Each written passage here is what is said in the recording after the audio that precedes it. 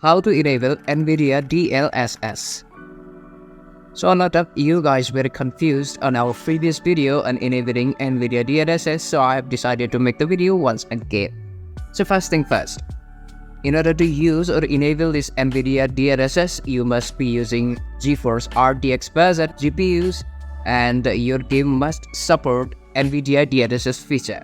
You can simply visit NVIDIA's website to check whether your game supports DLSS feature or not. And if your game supports NVIDIA's DLSS feature, you can simply open up your game and go to its graphics settings. And now this could be different on your game, but you should be able to find this setting similar to this one. And just under graphics, you should be able to see upscaling settings. And if you tap on the upscale option, you should be able to find NVIDIA DLSS. And from there, you can change your graphics level simply by enabling NVIDIA DLSS. So in order to use this feature, you must be using RTX GPUs from NVIDIA, and also your game must support NVIDIA DLSS feature.